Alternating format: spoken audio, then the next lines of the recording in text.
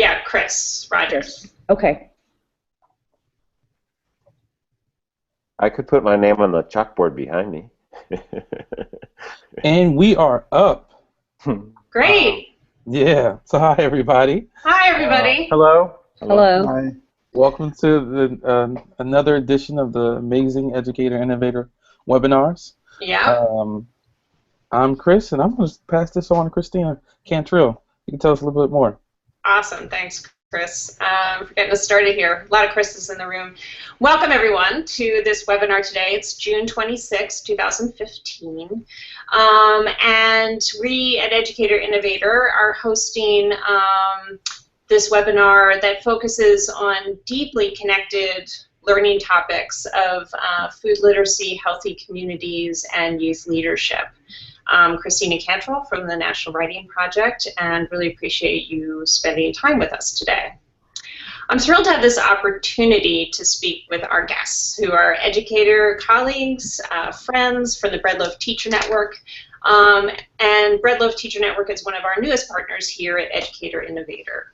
And although they are new partners to EI, you all have been have very long and well-established roots in connected learning and literacy work over time. You're close colleagues with many of us at the National Writing Project. And as I believe our guests will see today, I believe that Loaf Teacher Network has really essential lessons that you've learned over time to share with all of us about what it means to work in connected ways in and across community. So I'm going to just let our guests, though, introduce themselves and give you a sense of who they are, where they're coming from. I'm really excited because everybody is right now, Chris and I are in Philadelphia, and everybody else is in Middlebury, Vermont at the Loaf School of English right now. So we were able to sort of convene together because everybody was together. So I'm really excited. So Brent, maybe you can start by introducing yourself first. Sure. My name is Brent Peters, and I'm from Louisville, Kentucky. I teach English at Fern High School in Louisville, Kentucky. I teach a class called Food Lit, and it's a multidisciplinary English class. Before I was a teacher, I was a chef, and I understood when I worked in the kitchen that food tells a story. We all have food stories, and those stories are powerful. And I've had a chance to work with teachers and elders and students on the Navajo Nation and bring students together with a larger community as well through food and Food Lit. Great, thank you very much. Damian? Hi, my name is Damian Baka. I'm from New Mexico, but I live and teach in Arizona at the University of Arizona. I, in 2012, began working with the Loaf School of English. I also met Rexley Jim at that time, and we began working with each other, and we began our collaborations at that time. Great, thank you. Chris Rogers? Hey, everybody. I'm Chris Rogers. I'm the Educator Innovator Fellow for the summer, Media and Technology Specialist for pre-K through 8th grade in Philadelphia. Excited to be here, excited to learn more about the Loaf Teachers Network. I'm very excited about the geographic changes. I'm so used to being in the city and seeing the different ways in which, even with food literacy across different geographies. I would love to hear more about that, but excited to be here. Thanks. Evelyn? Hi, I'm Evelyn Begody. I'm from Windrock, Arizona, and I teach at Windrock High School. And I do teach a Food Lit class, one section, and we spend a lot of time reading texts. And I enjoyed my first year completing it this year. Thank you. Great, thank you. And Rexley? Good morning. I'm Rexley Jim, Director of Navajo Community Health Outreach with the Community Outreach and Patient Empowerment out of Gallup, New Mexico, which is a sister organization to Partners in Health out of Boston.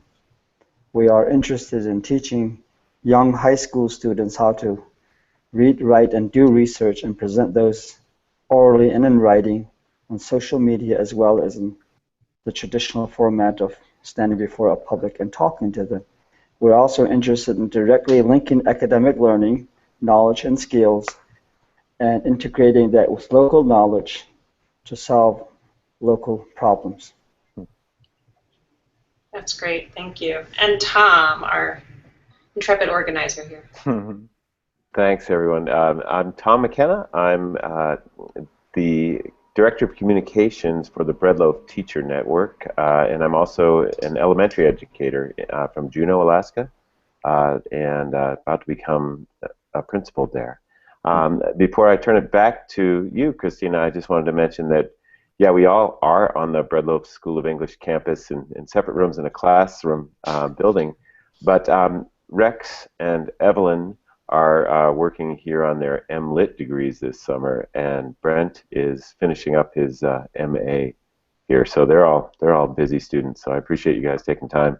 And Damián, of course, is a professor here. So nice to be in one spot and yet different rooms. Great, thank you so much. And maybe you could keep going, Tom, a little bit and just sort of give us a sense of what is this Loaf Teacher Network that brings you all together. You're all working on different professional work, but you have this work, obviously this food lit work, but also this network that links you together. Sure, let me take a pass at that. So the Loaf School of English is an MA program based at Middlebury College, and there are 3 campuses of the Loaf School of English, one here in Ripton, Vermont, in the mountains just outside of Middlebury, one in Oxford, England, and one in Santa Fe, New Mexico. And the Teacher Network has, so it's primarily teachers who come here for an MA in English. I think this summer across the 3 campuses we have 270 teachers or so, or 270 students, probably 90% of whom are teachers. And someone said the other night, they did a quick calculation, that's about 16,000 students potentially impacted by work that we share.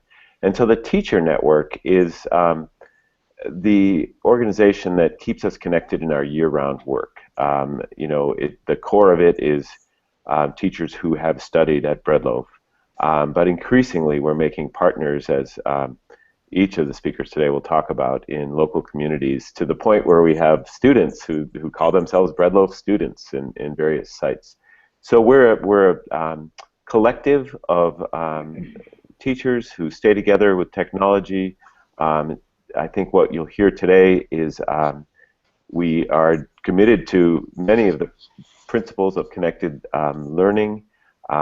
We have been for 30 years connecting our classrooms via some form of technology, and increasingly I think finding ways to encourage youth, to support youth, to join youth in local action and literacy to get things done, as we've been saying a little bit this summer. How's that?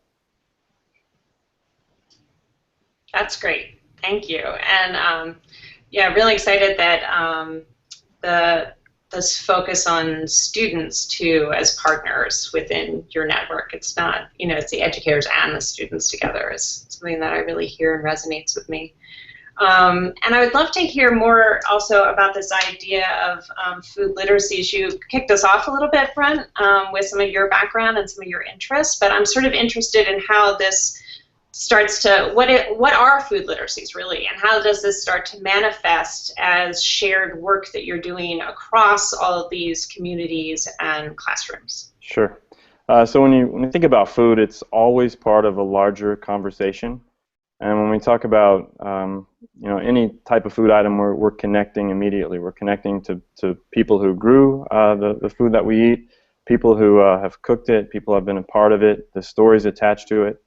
So we immediately realized, and at Fern Creek High School I have the opportunity to work with a co-teacher, Joe Franzen, who has a background in agriculture. And so with my culinary aspect and also Joe's ag background, we had a chance to come together to work on a curriculum. And really what we found out that what we were talking about at first was a classroom community. So we start our class with a class meal. And we join together and we say, hey, what can a class be? Can it be a dinner table where we get to sit around and basically share ideas and share knowledge, and knowledge can move around? And so immediately it's a space that we create that is also a connected space, but it is a space where we also understand that we all belong and we all have a depth of story to connect to, and our stories are part of that larger conversation that food is attached to. So we ask big questions like, what is good food? What is bad food? Is food sacred? Is sugar bad food? And we investigate things like small ag, large ag, fast food, slow food, all these different aspects that get us connected. And so when we talk about the connection, where can it lead?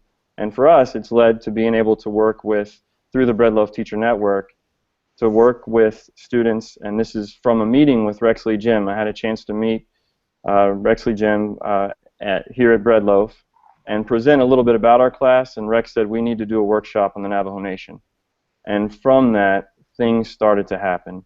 And I have to say that Rex was really the one, after hearing this, that said, hey, we can bring students from the Navajo Nation and from Fern Creek High School in Louisville, Kentucky together. And when we do that, something powerful can happen. We can do research in our communities, but we can also have students join together to do research together that has not been done. So that then our elders become the primary sources and the community becomes a text that we can read. And then when we find out things about food and community and food and health, it will empower us to do something about that. And so this connection started in a classroom, and then it branched out to other teachers, it branched out to high schools on the Navajo Nation, and it brings people together in new kinds of ways. So it's like this big dinner table, and then our online space is called Navajo Kentuckians. And this is an invitation then to say, all right, students are empowered, now what? Now what can we do? Can we invite others in? Can we present out at national conferences, which we've done? And can we ask others to join? And so we look at reading, we look at writing, but we also look at how action is a kind of way of writing. Action is a kind of empowerment. In the same way voice is connected to a pen or a pencil, voice is also connected to action in our communities and action and empowerment in making choices in food, planting food in our backyard, and harvesting it and sharing it and celebrating together. That's great, and I'm also struck by the action, including asking others to join. So that's very powerful. Evelyn, do you want to? I know you are also connected. Your classroom is connected to the food literacy's work. Do you want to describe it also from your perspective? Sure. It's sort of changed in Window Rock. For 2 years ago and part of last year, the students who were in the Navajo Kentuckians worked in different classrooms. And so this year, 14-15 school year, we organize a food literacy course, and that's the course I teach. And we have 14 students. I only have one section. And we explored food literacy, the politics, the meaning of organic. So we're reading a lot of big texts for students who are 10th graders and 11th graders. And so, in other words, we're looking at it from the writer's perspective, like Michael Moss, author of Salt, Sugar, Fat, and the author of Michael Pollan. So we've read Food Rules, Omnivore's Dilemma, and I can't remember the author of Fast Food Nation, but we've also read that. And I think because it was such a broad word and not a familiar word for my Navajo students, I decided to go from the reading route. We don't have a lot of hands-on. However, this year we also have the help of NCHO through COPE, a health organization that 9 of my students have joined and they're food ambassadors, and they hope to make progress in the food and health initiative on the Navajo Nation. Oh, that's great. So I'd like to hear more about those partners in health, and I wanted to mention real quickly that, well, Chris Rogers, first of all, went off screen because he's back in the chat and on Twitter sharing some of the resources. And one of the resources that he'll share is a video that recently was released that shows a lot of the work that you all have been doing. One of the things Rex Lee, that you mentioned in that video is how this focus on food literacy really has become this much larger focus across. And since you were sort of, it sounds like you helped this whole thing grow. Can you kind of share from your perspective what you've seen developing? Thank you. We started off with the Navajo Kentuckians. And I just want to say a couple things on that before I go to NCHO. One is that when we were doing Food Kentuckians, at least on the Navajo site, some of the assignments we gave, the answers to those questions would only come from the parents, the grandparents, or a member of the communities. So the whole idea of tapping into local knowledge, other than written text, which is coming from elsewhere, there's oral knowledge from the communities, there's the family heritage. They can all offer valid knowledge to answer specific problems that, to me, was created by outside know-how. One example comes down to nutritious food. So we would ask our students, go find a traditional food that your family makes, whether the ingredients are found out in the land. That would force them to go out and with their families and identify the plants and the roots or the berries or whatever, and make food out of that and talk about that. Another assignment we would make is identify or introduce a healthy food item to your family that's not there now and document that. They've done that. We've asked them to delete a food item that they think is unhealthy based on their research and conversation with others, and then to document it. What are the family reaction to that, and what are their own views on these changes, and how are they dealing with it? Is it successful or not? And so they've been doing that. As a matter of fact, some of them, became vegetarians, and they said they want to introduce more vegetables to their diet, and families are learning to deal with it. And these are answers to diabetes and obesities, and so students are taking control of what's being eaten in the house based on their research and their conversation with others. The others, in terms of technology, our students from Navajo Kentuckians presented at a conference on Navajo, and Brent's students were not able to come, so they Skyped in this huge screen, and one of her students presented there, and people were amazed. And not only that, but the students also set it up where they put a telephone number on the board and says, if you have answers, don't raise your hand or anything, just text us the questions. And when they did that, it showed up on the laptops, the iPads, and the phones, and with all the students and the presenters and us, the adults. And what's interesting to me is when they asked the questions, it showed up on the text, and if the presenter who's speaking doesn't have an answer to that, somebody else will text the answer to them and say, remember this discussion. And so, it was a matter of collaboration and a networking in place where nobody loses and nobody's embarrassed, and it's a lively, wonderful conversation. And so that speaks to the power of the network.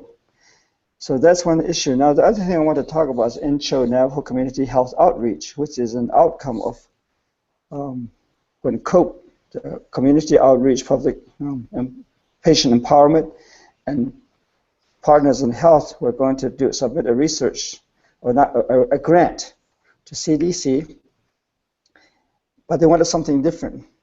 And then they look at us and says, look, BLTN and Navajo Kentuckians, they're doing something wonderful. We want to borrow that idea, and we work with students and teach them how to read, write, and do research and present them. And so they added that on, and they got the grant, and so we now have 18 students working with that. So from four different high schools in rural areas of the Navajo Nation, but we're trying to work with them through the internet as well as face-to-face meetings at retreats, and they're doing very well. And one of the things that we really focus on is to directly connect academic learning to local problem solving, and then to integrate that to the local knowledge and say, you're in a position to make these necessary changes.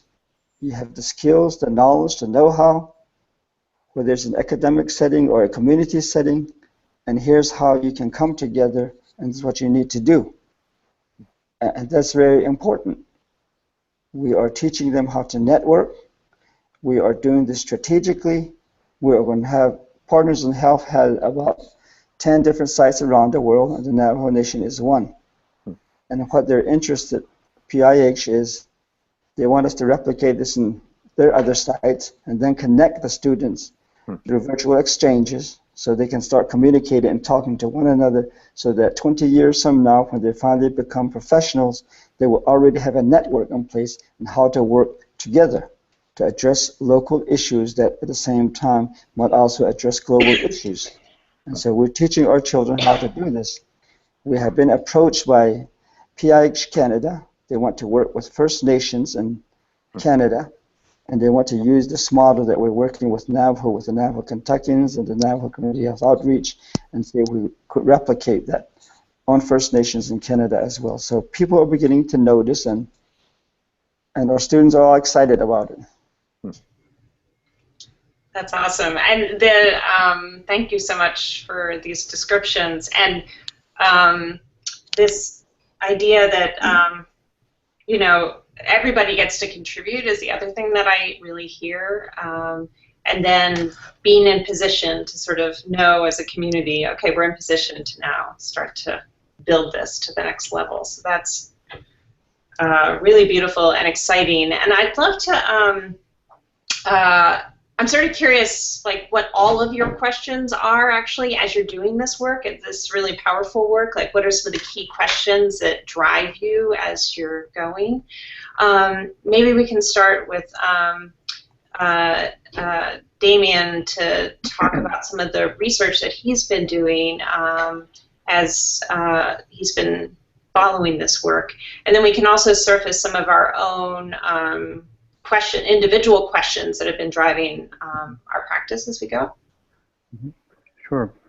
Well, the work has been fascinating and also challenging in many ways, because we are facing some obstacles based on the traditional models of literacy, ways in which literacy is traditionally understood in Western education, and so we're actually working against some of the dominant trains of thought.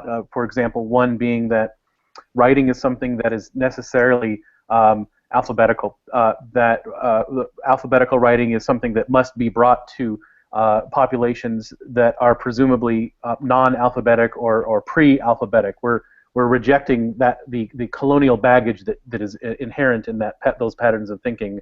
That's sort of like, that would be the importation model, or a sort of a missionary model of literacy education. So for me, being from New Mexico and now living and teaching in Arizona, I'm aware that none of the dominant theories of literacy, none of the dominant histories of literacy actually emerge from New Mexico or Arizona. They emerge from Western Europe, right? And so we are faced with another myth that we are working against, and that is that writing and literacy, that this is something that emerges from Western Europe and that must be extended to and brought to all corners of the non-Western world. That's a terribly colonialist, this vanguard narrative that is ultimately harmful. So I think that with projects such as the Navajo Kentuckians, what we see is a diversion, a shift away from those earlier models, and towards something that is fully a collaborative that is fully immersed in a wide range of communities. So for this project to work, for these efforts to work, the Navajo Kentuckians must understand the resources embedded in student knowledges and the student languages, their own literacy practices, their own knowledges and histories from the home, to recognizing those as resources to be built upon, right? Rather than imposing a deficit model on top of entire populations based on misconceptions and misunderstandings of literacy. So we're trying to embrace, I would dare say that we're trying to embrace a fully globalized definition of literacy that takes into account and takes into consideration a multitude of regionalisms and of areas that are typically covered over or simply unaccounted for entirely in traditional studies and understandings of literacy and writing. It's really, Tom, do you want to say something? I think you're on mute. Yeah. Yeah. Thanks for that, Damián. It arcs me back to Brent's comment that action is a kind of writing, and which then makes me want to ask Rex if you could tell us about your selection process of the youth ambassadors who would become the previous year's NCHO leaders. You were telling me a bit about that at breakfast, and I think it might connect to what Damián was just saying about you know, a fully globalized definition of literacy. How did you see? How did you select these youth leaders, and what kinds of literacy were you expecting from them? Well, the group that we're working with now, the 18 students. At the time, I was vice president of the Navajo Nation, and so they sent me a letter of interest in why they wanted to be a part of this program. It was something new, and we were just getting started this year with this particular program. And one of the things that I said was, I'm not interested in your grades. I don't care if you're failing or an A+ student. Part of our job, you know, being part of the Bread Loaf team, is we pride ourselves in the fact that we'll educate any student. We'll teach them how to read and write and become critical and creative responders to whatever's before them. And so that wasn't a factor. The other is, I also said, I'm not interested in parental support, because I'm Navajo, and in most places where we'll probably end up doing this kind of work, is that parents are working off Navajo because there are no jobs available in Navajo, so children end up being raised by their grandparents or aunts and uncles. And there are also situations where people or the students will be coming from homes where there's domestic violence, there's alcoholism, and so on. And so obviously the support would not be there. And if those who have parent support already would have had access to other programs. So I didn't want that to stand in the way of students who have potential. And we'll do what we need to do to fundraise, to drive the extra mile to bring them and help them out. I mean, of course, on the Navajo Nation, there's a huge problem because it's a rural area and we're very huge.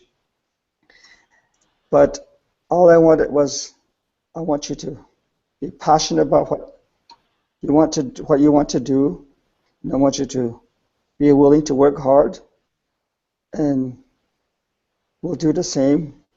But I want you to also, once you start learning to work hard and being passionate, you also need to learn to be compassionate. And so that's what we're working out of, and so far the students are going beyond our expectations, doing the extra work and working very hard, and it's just amazing what they're doing. And so when we talk about collecting that students for this, that's what it was based on. And the other is, When it comes to literacies, we do have Navajo ceremonialism. We have what they call sand painting, body painting, painting on sacred sticks, and to many of us, that's a form of literacy.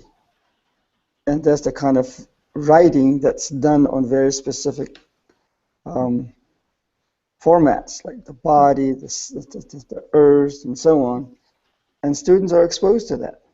And they know that writing is done to heal, to balance, to bring people together, make people walk and coming together. Because when you're going to do sand painting, somebody's got to bring in the sand, somebody's got to instruct, somebody's got to sing while the sand painting is taking place, somebody else is going to do the praying while the sand painting is taking place, and somebody will bring in the different colored rocks, and there's someone who specializes in mixing it so it becomes a certain color. And some people bring in certain types of herbs to make the color a little bit more unique and different. So students know this whole collaboration process and the makeup of a certain way of writing. And it's all done to help somebody get better, to bring the family back together. So in that sense, writing is not an individual thing, but a collective thing that would allow a family to become stronger, an individual to get better, and communities to get stronger. So coming from that type of environment, I think it's important for us to share that with our children and say, this is Navajo writing. It has no roots in Greece or elsewhere, and this is their own.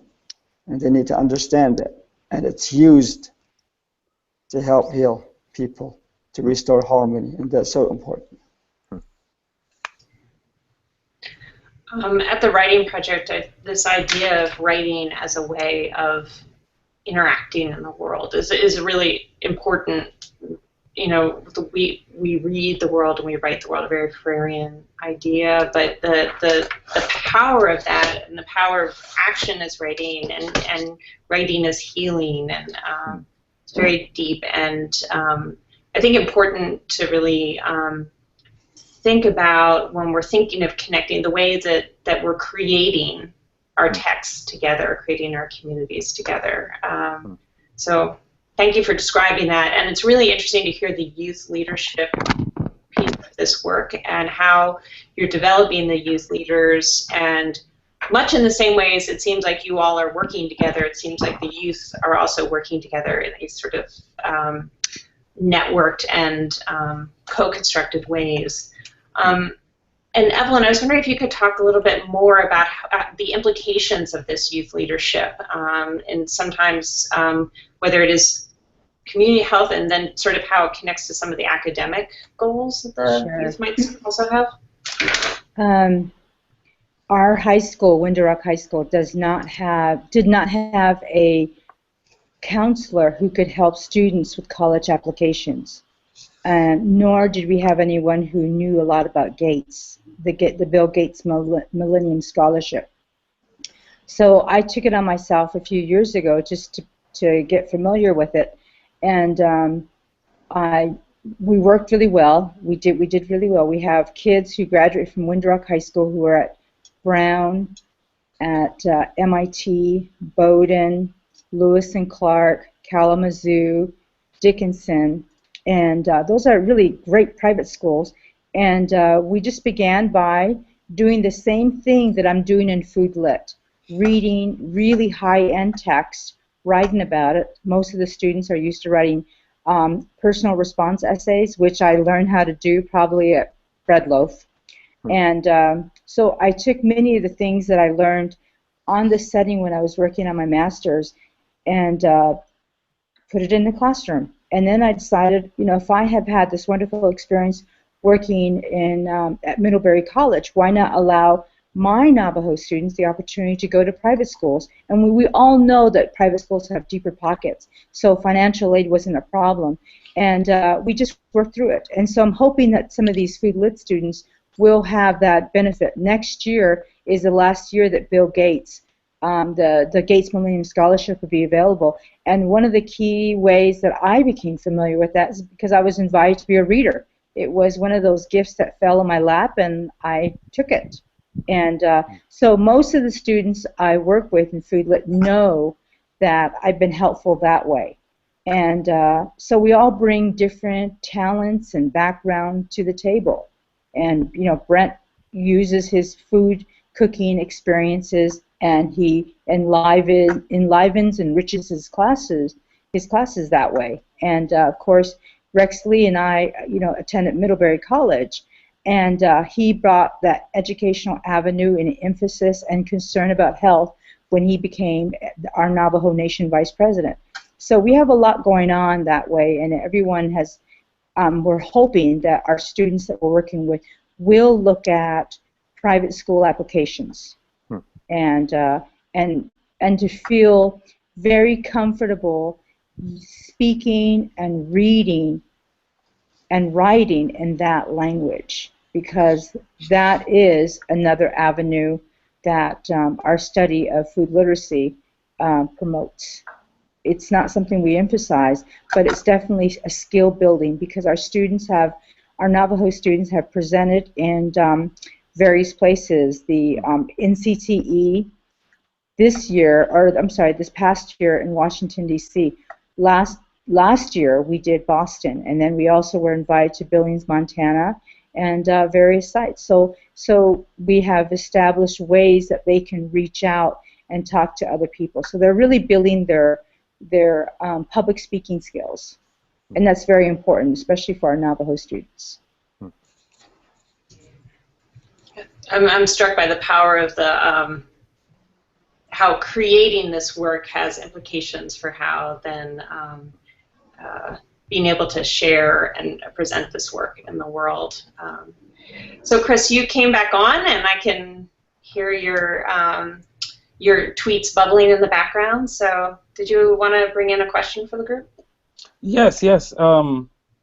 So one of the I think the complications of sort of when we honor our traditions and really begin to notice how it's so beyond sort of like the narrow ways in which literacy, or I think Damon talked about like alphabetic writing tradition, is also the way of how to navigate that amongst the opportunities like Evelyn was talking about between like private schools and the sort of like these college opportunities, and how do you begin to sort of like navigate those like sort of like timeless traditions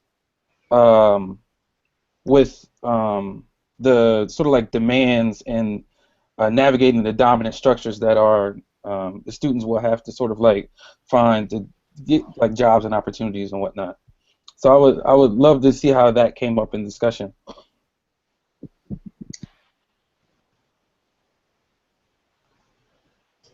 Anybody can jump in. No need to wait.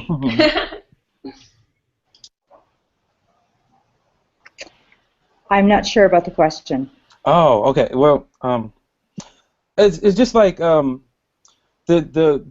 difference between like breaking down a structure, like saying like this is not built for you and for your culture, while at the same time having to navigate through the dominant culture, and what has been like like how do you position that? Like say like this is not right, but at the same time you will have to navigate through it.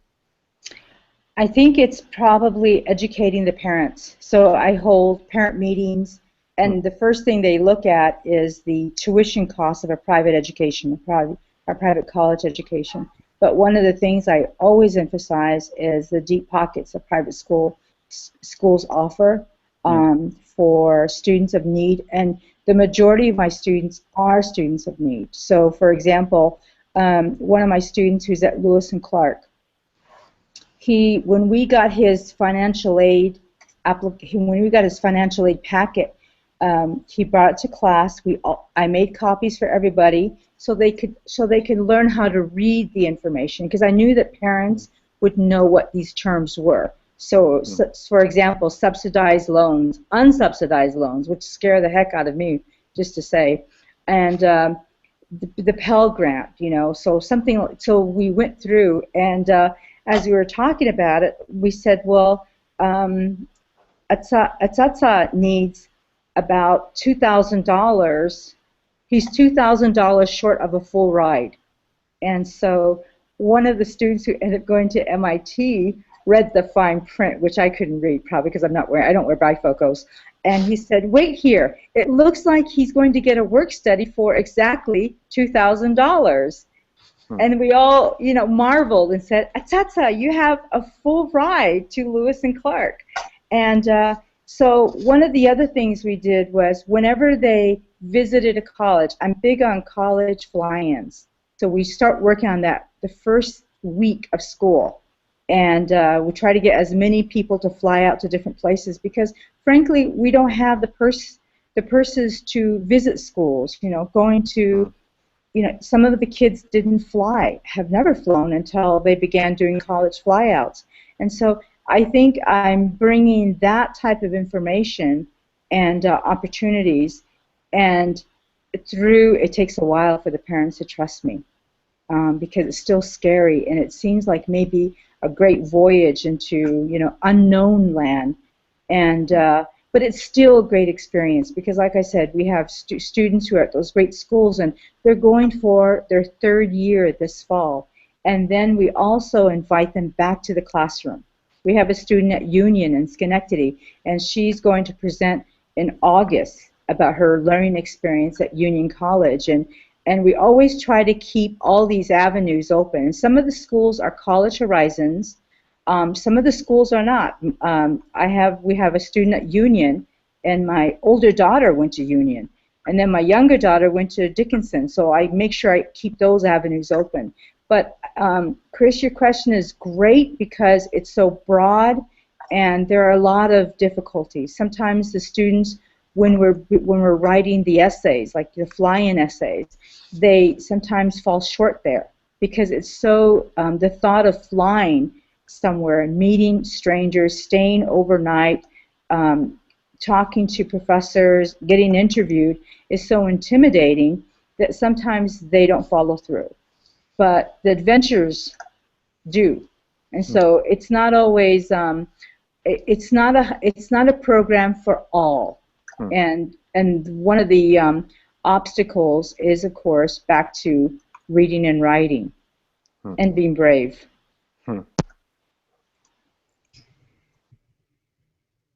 Anyone else want to jump in? So Go ahead, Brent. Just a couple things. One, I just want to think about also how this is an opportunity to examine how to learn. And in terms of gaining skills, what does it mean to learn? What is good learning? And that's a question that's resounded with me. It was a question that was asked to us by Tim Spears at Middlebury College at a food summit that we presented at. What is good learning? And he asked our group that. And I think as teachers we have to think about that and thinking about, too, how are we learning how to learn so that we can connect the dots to college, so that we can understand that whenever we go away to college, we come back home and hand things down to the next group, as Evelyn is saying, and as we're seeing at Fern Creek, too, a group that wants to hand this down to the next group. But also, what if I don't want to go to college? What if I want to be, a carpenter or a plumber or a farmer, or if I want to go to college and then be a farmer, or go to college and then be a carpenter or a chef or what have you? What will it mean to then be a part of that? And so I think, too, when Rex talks about balance and harmony and healing, one of the things that we can do is we can learn to heal ourselves and in the process become more confident in whatever we're able to understand is inside of us and visualizing that and envisioning that. And so I think what it is a way of getting kids closer to what they know is inside of them, whether that be college, whether that be a career field, whether that be just reconnecting with family or community or home in some new way, and then sharing that out too. But it's almost like making a stew. It's like, have you guys ever watched like a food show and you're like, man, that would be great to make that stew, and I just saw this food show and I think I can make that stew now, and at any point in time I think I can go and make that stew, but I might not do it because I just saw a show and it might not motivate me. But what we're doing is we're taking kids to the garden, and we're saying, hey, let's plant some carrots, let's plant some potatoes, let's plant some onions, let's go to get some beef or some mutton or whatever, and talk to our grandparents about how to make this. Let's get the recipe. Let's cook it together. Let's work together. And then through that, let's share it out. Let's enjoy it. Let's critique it if we want. But then we also say, well, if we look back at that whole process, what it's meant, we start to see that what we have is confidence, and what we have is the ability to learn how we learn, and then how to express that learning wherever that puts us forward. So this starts out about food in some ways, but it leads so many directions. And the most important, I think, is inside of us, and understanding the way that your voice shows up, but also the way we heal ourselves inside, and the way that that shows us confidence, and no matter what we think we want to do. There are a few issues I would like to address rather quickly. One is that we need to ask ourselves, what is education? Sometimes we confuse the word education with school learning, schooling, Western schooling specifically. And Western schooling, unfortunately, is extremely limited and has caused a lot of problems in this world. And we need to be upfront about that. So one of the things, like I said, we're emphasizing is, Pepsi and Coca-Cola and chips and all that. That's a byproduct of Western knowledge. And so it's been imposed on us. And so now we're going back to our traditional roots of, searching for plants out in the communities, gardening and all of that to counter that. And that knowledge is embedded in families and communities, and students can tap into that. They don't need books for that, or they don't need to go outside for that. And so we need to question the notion of education. And are we talking about learning and sharing, or are we talking about memorization and regurgitation? We need to make sure that we understand the differences. And the other thing, too, that I always talk about is, where are our 4.0 students, straight A students? Or where are our valedictorians and salutatorians? Most of them are your everyday Joe average somewhere, doing some research and by themselves. And the people who run this country, the people who are CEOs of Fortune 500 companies, and so on, were C students in college. So why then are we putting so much effort into wanting to make great scholars and getting 4.0 students out of our children? So why can't we not identify the skills and knowledge necessary to be a CEO, to run the United States government or the Navajo Nation government, and instill those values and skills and principles to our students, so when they really finally go out into the communities, they can work with people and make things happen and make the necessary changes. So that's one of the reasons why I said I'm not interested in your academic record or whether you have parental support or not, but the people who succeed, they have certain skills and they've done a lot of this on their own with help from people, because in the process of their academic struggle, they've learned to ask for help. And so that's one of the reasons why we have students working with local organizations like Food Policy, helping develop the policy, and they will present this to the Navajo Nation Council and learn to lobby and write letters, whatever needs to be done to ensure that a food policy is adopted and enacted. So these students will have direct involvement in public policy making. They are going to work with banning secondhand smoke on Navajo in public places. Again, learning how to lobby and so on, and write letters and make the necessary changes. They're working with groups of people who are working on ending child hunger on Navajo, so when they have direct social impacts. They're working with change the diets and so on with their own families, so you expand that with several families, they're going to change that. So that's one issue, is that connection. The other network is in place is learning to partners with others. For example, partners in health. These students are beginning to work with partners in health, so the program will be replicated globally, and they will have tremendous impact on health outcomes and how people do things globally. And so in that process, we are also working with the National Museum of American Indians out of D.C. They will be presenting there this summer at the the summit there. The students will be presenting their work and talking about food literacy and gardening and so on, and from a traditional point of view. So we need to be connected with museums like the National American Indian Museum. We've talked to them and they want to work with us writing a grant and study what food is medicine with a group of people from Belize, a group of medicine people and young people from there, and our Navajo students. So it becomes an international partnership. We are working with the Smithsonian Institute as well to work with them on some of these issues and so on. We are working with the Brent Loaf Middlebury College, a higher education institution. The students will be here in a couple of weeks to present and talk to professors and other students and so on. And so we are connected to that. They'll be presenting at La Raza Youth Summit in Missouri, Kansas. So they're making the connections to other youth, to organizations with different languages and cultures. And so they're expanding their network. They'll be presenting over at the National Urban Youth League in Fort Lauderdale this summer. And so, again, they're talking about what's our relationship with our other youth in urban settings and rural settings, and how do we make the connection so they learn to work with one another.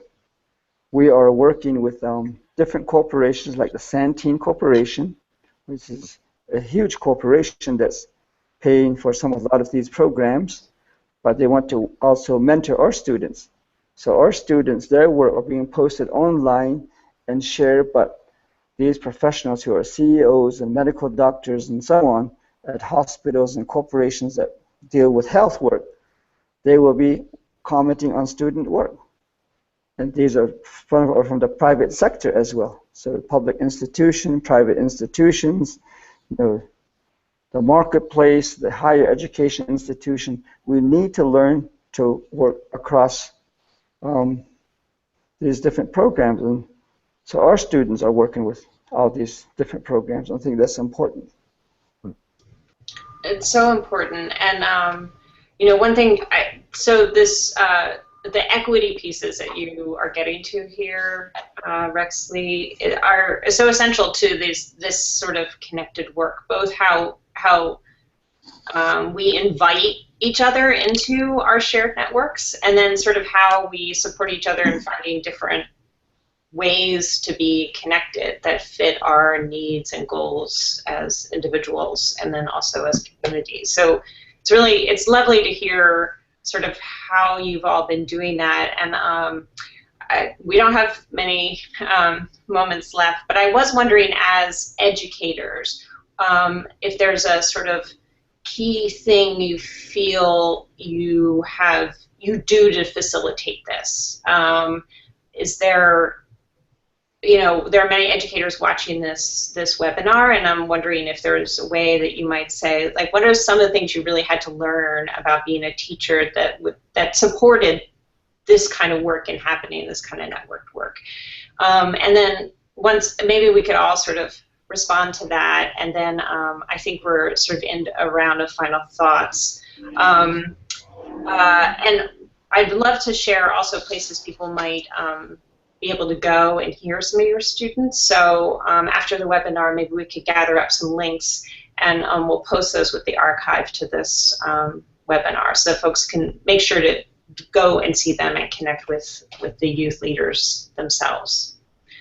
But back to my question, I was just wondering, for other educators, what are some lessons learned, some things you felt as an educator you really had to practice or take on to make this kind of work happen and help this kind of youth leadership build?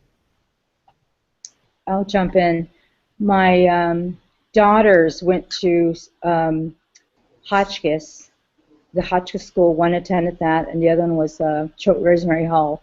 And I watched from afar, from Arizona, their educational experiences and process, and it really impressed on me that they're both in privileged high schools, private high schools, And then when their senior year came along, I also watched how they worked very closely with an advisor who literally helped them with the college application process. And I really didn't know that much. I kind of stumbled into private education and myself from my own experiences.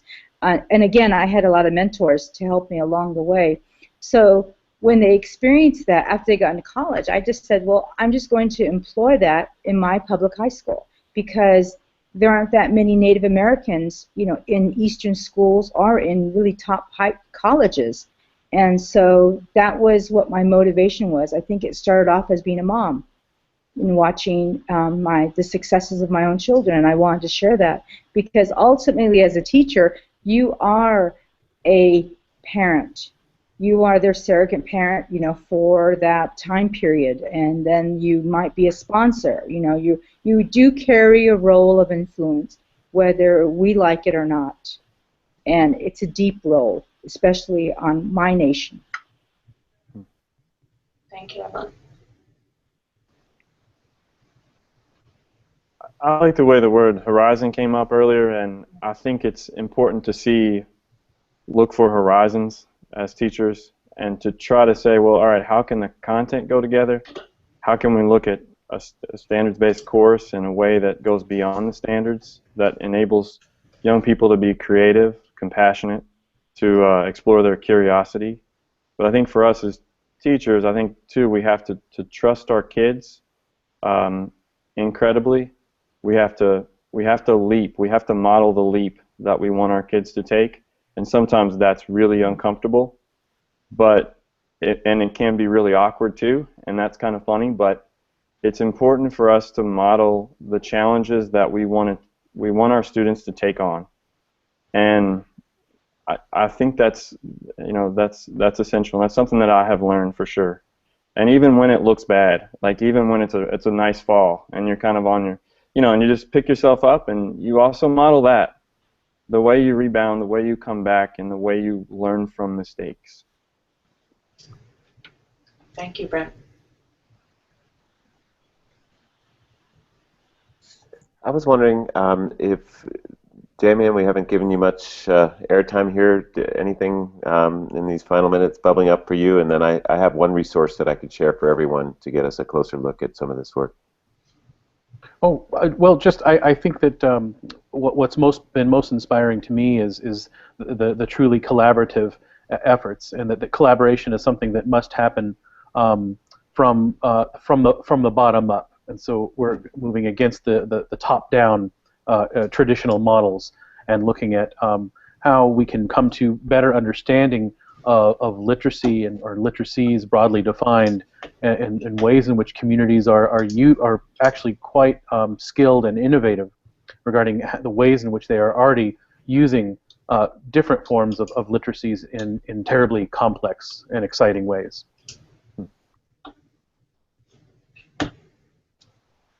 Thank you.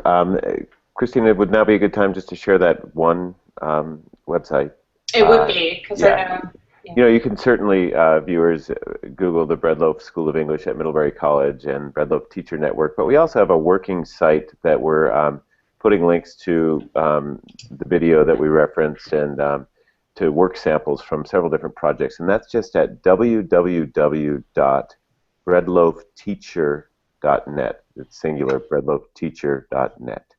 And I invite any of the viewers.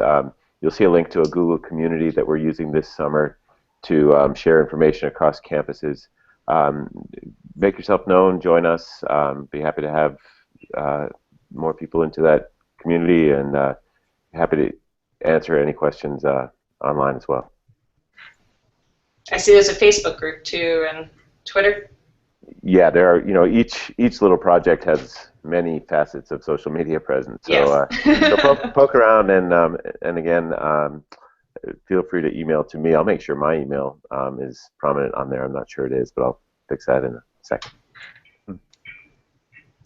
So we are at the end here, and I just want to thank you all so much for making this time and sharing this really powerful work, and your what's motivating this really powerful work. I think it's really important for us to understand where this comes from, what you're learning in it, and I'm thrilled that there's a website where we can tap into more of these resources, because it really feels critical things are being built out of this work. So that we all should, tap into to learn forward. I want to thank anybody listening out there for spending the time with us too. And if you want to keep abreast of further opportunities from Educator Innovator, you can follow our monthly newsletter at educatorinnovator.org. You can just sign up real fast to get that monthly newsletter. And we're also on Twitter at innovates_ed. And I also want to mention that there's a big sort of online open event happening right now called CL MOOC, and Educator Innovator is hosting it, and we've been tweeting some of these tweets to CL MOOC, and we hope to invite CL MOOC members to watch and learn from this work. And it's also these sort of shared social media spaces where we're trying to build new understandings of what it means to learn as professionals in network communities, and to make and learn our own literacies together. So this is really powerful work to share in that context too. So I thank you so much, and thanks to the youth leaders who've really been, I know, stewarding so much of this work and the communities that you come from. So this is the end of the webinar, so thanks again, everyone. Thanks for having us. Thank you. Thank you. Appreciate it. See ya. Bye-bye. Bye.